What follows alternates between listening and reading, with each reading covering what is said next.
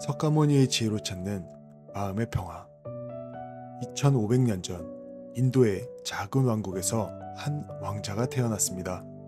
그의 이름은 시다르타, 훗날 석가모니라고 불리게 될 그분이셨습니다. 왕자로 태어나 부족함 없이 자랐지만 그는 늘 마음이 편치 않았습니다. 궁궐 밖으로 나갔을 때 늙고 병들어 죽어가는 사람들을 보았습니다. 그리고 깨달았습니다. 아, 나도 언젠가 늙고 병들고 죽는구나. 이 세상 모든 존재가 괴로움 속에 살고 있구나. 그래서 그는 왕자의 자리를 버리고 진정한 평화의 길을 찾아 떠났습니다. 6년간의 고행 끝에 보리수 나무 아래에서 그는 마침내 깨달음을 얻었습니다. 그가 깨달았던 것은 무엇이었을까요? 복잡한 철학이 아니었습니다. 어려운 이론이 아니었습니다. 아주 단순하지만 깊은 진리였습니다. 괴로움에는 원인이 있고 그 원인을 알면 괴로움에서 벗어날 수 있다. 석가모니는 말씀하셨습니다. 우리가 괴로운 이유는 집착하기 때문이라고. 지나간 것에 집착하고 오지 않는 것에 집착하고 가진 것에 집착하고 그 집착을 내려놓으면 마음이 자유로워진다고. 그것이 바로 평화라고. 그대, 오늘 밤 제가 전해드리는 이야기는 바로 이 석가모니의 지혜입니다. 어려운 말은 하지 않겠습니다. 복잡한 이론도 말씀드리지 않겠습니다. 마치 가을 들판을 거니는 것처럼, 마치 잔잔한 호수를 바라보는 것처럼 편안하게 들으시면 됩니다. 석가모니께서 2500년 전에 전해주신 마음을 편안하게 하는 지혜, 생각을 내려놓는 방법에 대해 천천히 이야기해 드리겠습니다. 석가모니는 4가지 진리를 말씀하셨습니다. 첫째, 인생에는 괴로움이 있다. 둘째, 그 괴로움에는 원인이 있다. 셋째, 괴로움을 없앨 수 있다. 넷째, 괴로움을 없애는 길이 있다. 이것을 사성제라고 합니다. 이 말씀을 처음에는 당연한 것처럼 들릴 수 있습니다. 하지만 깊이 생각해 보세요. 우리는 괴로우면서도 왜 괴로운지 모를 때가 많습니다. 괴로움에서 벗어나고 싶으면서도 어떻게 해야 하는지 모를 때가 많습니다. 석가모니는 그 길을 알려주셨습니다. 괴로움의 원인은 집착이고 집착을 내려놓으면 평화가 온다고. 오늘 밤 우리는 이 지혜를 따라 하나씩 짐을 내려놓는 연습을 해보겠습니다. 이미 흘러간 물은 붙잡지 마라. 강가에 서본 적이 있으십니까? 유유히 흐르는 강물을 바라보며 그냥 멍하니 서 있어 본 적이 있으십니까? 강물은 쉬지 않고 흘러갑니다. 한순간도 같은 자리에 머무르지 않습니다. 그런데 만약 누군가가 이미 흘러간 물결을 향해 손을 뻗는다면 어떨까요? 자, 물결아, 돌아와라. 그렇게 외쳐본들 물결이 돌아올까요? 아닙니다. 강물은 오직 앞으로만 흐릅니다. 석가모니께서 말씀하셨습니다. 과거를 쫓지 말라. 과거는 이미 지나갔다. 다만 현재 이 순간을 잘 살피라. 과거는 이미 존재하지 않습니다. 그것은 우리 기억 속에만 남아있을 뿐 실제로는 어디에도 없습니다. 그런데 우리는 존재하지 않는 것을 붙들고 괴로워하고 있는 것입니다. 살아오시면서 후회되는 일들이 많으시지요. 젊은 시절의 선택들, 자식들에게 했던 말들, 배우자에게 했던 행동들, 부모님께 다하지 못한 효도, 밤마다 그런 것들이 떠올라 가슴이 저려오실 겁니다. 그때 좀 잘해줄 걸. 그때 왜 그랬을까? 한 가지 생각해 보셨으면 합니다. 그때 그 순간 그대는 정말 최선을 다하지 않으셨습니까? 지금 돌아보면 부족한 점이 보입니다. 하지만 그때 그 순간 그대가 가진 지식, 그대가 처한 상황 안에서 그대는 분명 최선을 다했을 겁니다. 지금의 눈으로 과거를 판단하는 것은 공정하지 않습니다. 그때의 그대를 너무 미워하지 마세요. 석가모니는 이런 비유를 드셨습니다. 과거에 얽매여 있는 것은 어둠 속에서 자신의 그림자를 쫓는 것과 같다. 그림자는 절대로 잡히지 않습니다. 쫓으면 쫓을수록 더 멀어질 뿐입니다. 후회도 마찬가지입니다. 붙들면 붙들수록 더 괴로워집니다. 이런 이야기가 있습니다. 어느 노인이 스님을 찾아갔습니다. 스님, 저는 밤마다 후회 때문에 잠을 이루지 못합니다. 어떻게 하면 이 괴로움에서 벗어날 수 있을까요? 스님이 물었습니다. 어르신, 어제 드신 저녁이 무엇이었습니까? 보리밥에 된장국을 먹었습니다. 그 음식은 어디에 있습니까? 이미 소화되어 없어졌겠지요. 스님이 말했습니다. 어르신의 과거도 마찬가지입니다. 이미 지나가 버린 것입니다. 아무리 후회해도 다시 꺼내올 수는 없습니다. 다만 할 수 있는 것은 지금 이 순간을 어떻게 살 것인가, 그것뿐입니다. 과거의 잘못을 반성하는 것은 좋습니다. 실수해서 배우는 것은 필요합니다. 하지만 반성과 후회는 다릅니다. 반성은 배움입니다. 다음에는 이렇게 해야겠다. 반성은 우리를 앞으로 나가게 합니다. 후회는 자책입니다. 왜 그랬을까? 나는 왜 그랬을까? 후회는 우리를 과거에 묶어둡니다. 석가모니께서 말씀하셨습니다. 지금 이 순간이 가장 소중하다. 과거는 이미 꿈이 되었고 미래는 아직 오지 않았다. 오직 지금만이 실제한다. 과거에 못다한 것이 있다면 지금 하시면 됩니다.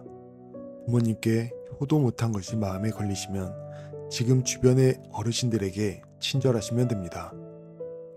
자식들에게 잘못한 것이 마음에 걸리시면 지금이라도 따뜻한 말 한마디 건네시면 됩니다. 과거의 잘못을 갚는 방법은 후회하는 것이 아닙니다. 현재를 잘 사는 것입니다. 후회를 낙엽이라고 생각해 보세요. 가을바람이 불어 그 낙엽을 날려보내는 상상을 해보세요. 낙엽이 바람을 타고 저 멀리 날아갑니다. 점점 멀어집니다. 점점 작아집니다. 그대의 후회도 저 낙엽처럼 멀어지고 있습니다. 가버리게 두세요. 붙잡지 마세요. 오지 않는 손님을 기다리며 밤새지 마라. 이제 두 번째 이야기입니다. 아직 오지 않은 미래, 걱정이라는 짐을 내려놓는 이야기입니다. 밤에 잠이 오지 않을 때 그대의 머릿속을 가장 많이 차지하는 것이 무엇입니까? 우리 아이는 잘 살고 있을까? 내 몸은 언제까지 버텨줄까? 나중에 큰 병이라도 걸리면 어떡하지? 자식들에게 짐이 되면 어떡하지? 이런 생각들이 밤마다 그대를 찾아오지 않습니까? 석가모니께서 이런 말씀을 하셨습니다.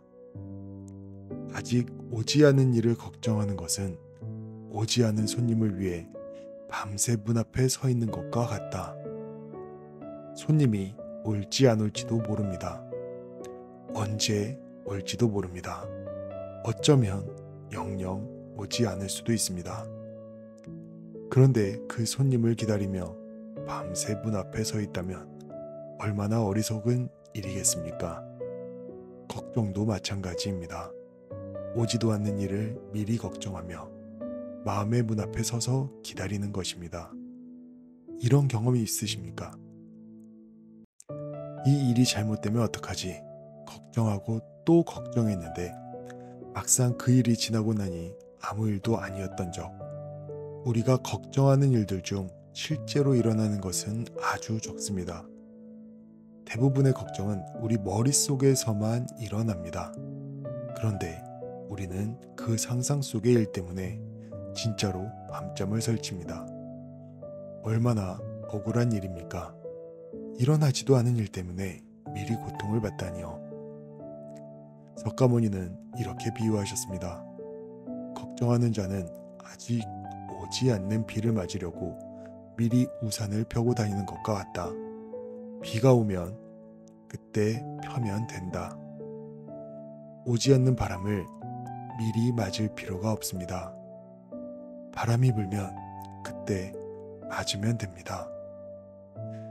지금 불지 않는 바람 때문에 지금 떨 필요는 없습니다. 자식 걱정이 많으시죠? 다 큰 자식인데도 여전히 마음에 걸립니다. 부모 마음이라는 것이 자식이 몇 살이 되어도 걱정이 끊이질 않습니다. 하지만 한 가지 기억하셨으면 합니다. 그대의 자식도 그대처럼 자기 인생을 살고 있습니다. 그대가 힘든 일을 겪으며 강해졌듯이 그대의 자식도 스스로 부딪히며 강해지고 있습니다. 석가모니께서 말씀하셨습니다. 각자에게는 각자의 업이 있다. 부모가 자식의 길을 대신 걸어줄 수 없다. 그대가 아무리 걱정한다 한들 자식의 인생을 대신 살아줄 수는 없습니다. 할 수 없는 일을 하려고 애쓰는 것, 그것이 바로 괴로움의 원인입니다. 그대가 할 수 있는 가장 좋은 일은 그대 자신이 평안한 것입니다. 부모가 평안하면 자식도 마음이 놓입니다. 부모가 건강하면 자식도 안심이 됩니다. 반대로 부모가 밤마다 걱정하며 괴로워하면 자식은 그것을 느낍니다. 자식도 마음이 무거워집니다. 그러니 그대 자식을 위해서라도 그대 자신이 먼저 편안해지셔야 합니다. 건강 걱정도 마찬가지입니다. 밤새 걱정한다고 해서 병이 안 올까요? 아닙니다. 걱정은 병을 막아주지 않습니다. 오히려 걱정이 병을 부릅니다. 건강을 위해서라도 걱정을 내려놓아야 합니다. 석가모니께서 이런 말씀을 하셨습니다. 태어난 자는 반드시 늙고, 늙은 자는 반드시 병들고, 병든 자는 반드시 죽는다. 이것은 피할 수 없는 자연의 이치이다. 이 말씀은 우리를 슬프게 하려는 것이 아닙니다. 오히려 우리를 자유롭게 하려는 것입니다. 피할 수 없는 것을 피하려고 애쓰는 것, 그것이 괴로움입니다. 피할 수 없는 것을 받아들일 때 비로소 마음이 편안해집니다. 다만 우리가 할 수 있는 것이 있습니다. 지금 이 순간 주어진 하루를 감사히 사는 것입니다. 오늘 눈 뜰 수 있음에 감사하고, 오늘 숨을 쉴 수 있음에 감사하고, 오늘 걸을 수 있음에 감사하는 것입니다. 내일 아플지도 모릅니다. 하지만 오늘은 괜찮습니다. 지금 괜찮은 이 순간을 걱정으로 낭비하지 마세요. 감사로 채우세요. 걱정을 구름이라고 생각해 보세요. 하늘에 떠 있는 구름입니다. 그 구름이 천천히 흘러갑니다. 바람이 불어서 구름을 밀어냅니다. 구름이 지나간 자리에 파란 하늘이 보입니다. 그대의 마음도 마찬가지입니다. 걱정이라는 구름이 지나가면 평화라는 파란 하늘이 나타납니다. 세 번째, 뜨거운 숯을 쥐고 있는 것은 자신이다. 살아오시면서 사람 마음 때문에 마음 아팠던 적이 얼마나 많으셨습니까? 믿었던 사람에게 배신당한 적, 가까운 사람에게 상처받은 적, 정을 주었던 사람에게 실망한 적, 그 중에서도 가장 아픈 것은 가까운 사람에게 받은 상처입니다. 가까운 사람일수록 기대가 크기 때문입니다. 혹시 이런 마음 있으십니까? 내가 그렇게 해줬는데 왜 나한테 이러는 거야? 말로 꺼내지는 않지만 마음속에 꽁꽁 쌓아둔 것들이 있지 않으십니까? 석가모니께서 이런 말씀을 하셨습니다. 원망을 품은 것은 뜨거운 솥을 손에 쥐고 남에게 던지려는 것과 같다. 먼저 되는 것은 자기 자신이다. 이 말씀을 깊이 새겨보세요. 그대가 누군가를 원망할 때 그 원망은 그 사람에게 가지 않습니다. 그 원망은 그대의 마음속에 머물며 그대를 태웁니다. 정작 그 사람은 모릅니다. 그대가 얼마나 마음 아파하는지. 그 사람은 까맣게 모르고 편하게 자고 있을지도 모릅니다. 그런데 그대만 홀로 밤새 뒤척이고 계신 겁니다. 얼마나 억울한 일입니까? 이런 이야기가 있습니다. 두 스님이 길을 가다 강가에서 건너지 못하는 여인을 만났습니다. 형 스님이 여인을 업어 강을 건너주었습니다. 한참 후 아우 스님이 화가 나서 말했습니다. 형님, 어떻게 여인을 업을 수가 있습니까? 형 스님이 말했습니다. 나는 강가에서 그 여인을 내려놓았는데 너는 아직도 업고 있구나. 그대의 마음속에는 내려놓지 못한 것들이 있지 않습니까? 10년 전에 받은 상처, 20년 전에 들은 말, 그 사람은 이미 잊었을지도 모릅니다. 그런데 그대만 홀로 아직도 마음에 품고 계신 겁니다. 이제 내려놓으셔도 됩니다. 내려놓는다는 것은 용서한다는 뜻이 아닙니다. 어떤 상처는 정말 용서하기 어렵습니다. 그것을 무조건 용서하라고 말씀드리는 것이 아닙니다. 내려놓는다는 것은 그 일에 더 이상 매이지 않겠다는 것입니다. 그 일이 더 이상 나를 지배하지 못하게 하겠다는 것입니다. 그래, 그런 일이 있었지. 하지만 이제 그만 놓아주자. 그 일이 더 이상 나를 괴롭히지 못하게 하자. 석가모니께서 말씀하셨습니다. 모든 만남에는 헤어짐이 있고 모든 인연에는 때가 있다. 왔다가 가는 것이 인연의 본성이니 집착하지 말라.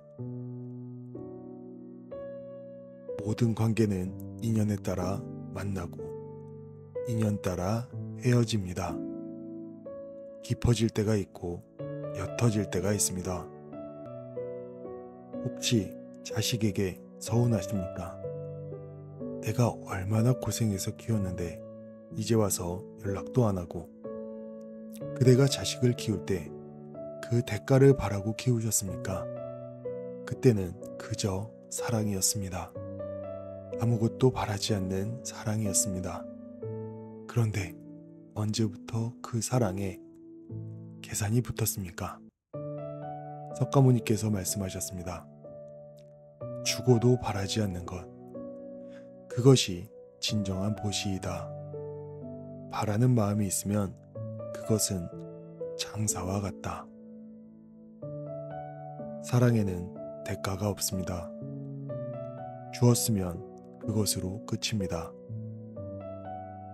돌려받으려 했으면 아름다웠던 것이 추해집니다. 기뻤던 것이 원망이 됩니다. 강물은 바위를 만나도 원망하지 않습니다. 그냥 돌아갑니다. 그냥 흘러갑니다. 그대의 인생도 강물처럼 흘러가세요. 함께할 때 감사하고 떠날 때 미소로 보내주세요. 네 번째입니다. 단풍은 시드는 것이 아니라 무르익는 것이다. 거울을 보실 때 어떤 마음이 드십니까? 예전과 달라진 얼굴, 깊어진 주름, 희끗희끗해진 머리카락, 그것을 보실 때 마음이 편하십니까? 나도 이렇게 늙었구나. 그 마음 충분히 이해합니다. 누구도 늙고 싶지 않습니다. 그것은 자연스러운 마음입니다. 하지만 늙지 않는 사람이 이 세상에 있습니까?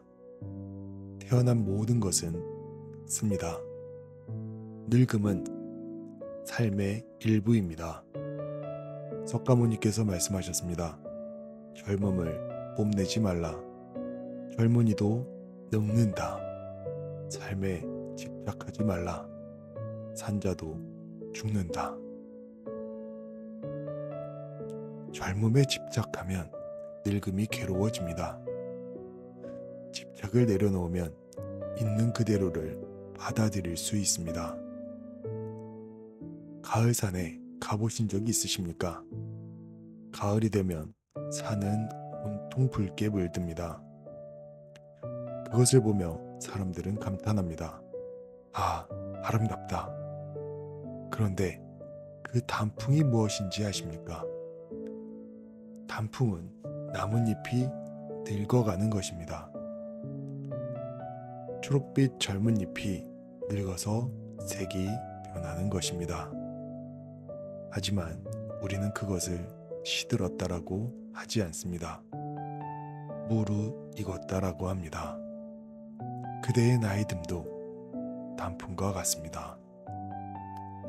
젊은 시절의 초록빛이 이제 붉은 빛으로, 밝은 빛으로 물들어가고 있는 것입니다.